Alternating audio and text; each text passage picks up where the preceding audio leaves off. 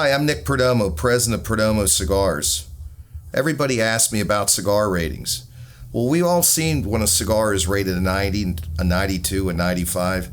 And in this video, we're going to talk a little bit about what those ratings mean and what they mean to us as manufacturers and how ratings get decided.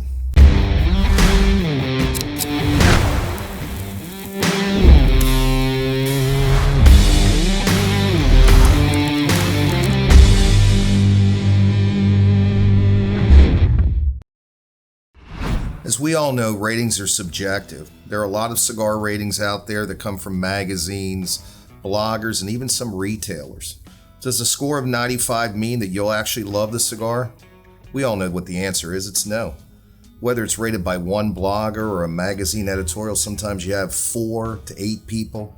Are they really going to be able to tell you exactly what you like or what the consumer around the world enjoys on a particular cigar? Or how about a big group of 60 or more? All ratings are subjective. Each person rating the cigar has their own palate. If I like a medium or full-bodied cigar, I might not rate a mild cigar very highly or vice versa. We like ratings that use, particularly us, a blind tasting method with no band but with a number. We like to have a lot of people rate our cigars because everybody has different palates, and bigger panels with lots of members, you're going to get a much more accurate rating when you break it all down instead of having such a small amount of people rating the cigars. And the larger the panel, in our opinion, the more accurate it is, and the panel should include retailers and even consumers like you, because you mean a lot to us.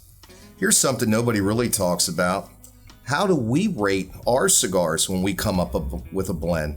Believe it or not, we actually rate our cigars before we come out with a particular cigar because we want to enjoy it also to make sure that you enjoy it. And sometimes it takes us up to a year or two before we come out with a particular blend because we're so stringent. You got to remember, the strictest quality control for our cigars is us. We have our own tasting panel, and it's vast. I call it our circle of trust.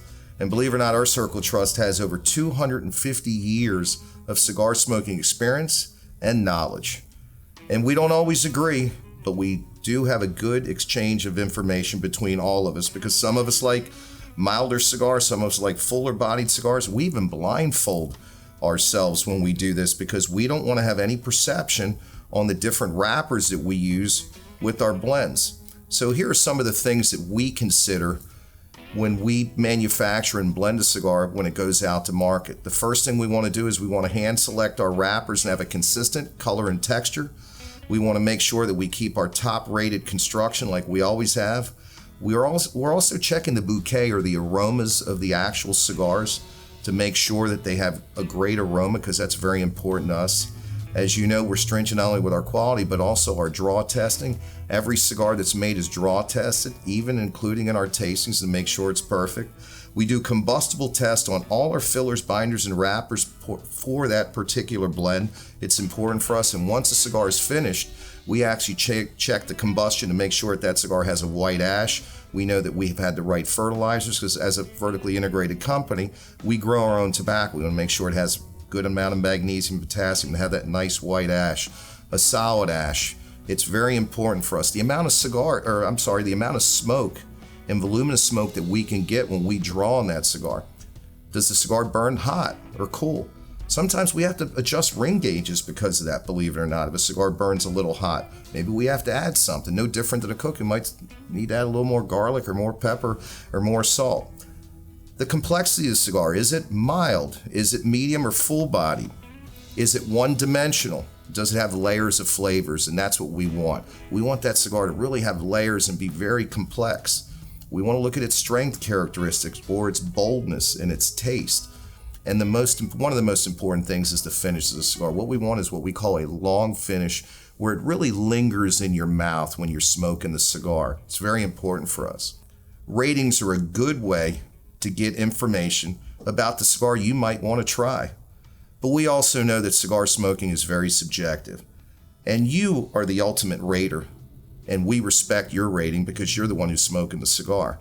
And there aren't really any right or wrong answers as to what you like, because what you like might be different than what I like. But I'm working hard to make sure that whatever cigar that we blend you're going to enjoy, whether your palate is more on the mild, medium, or full-bodied side.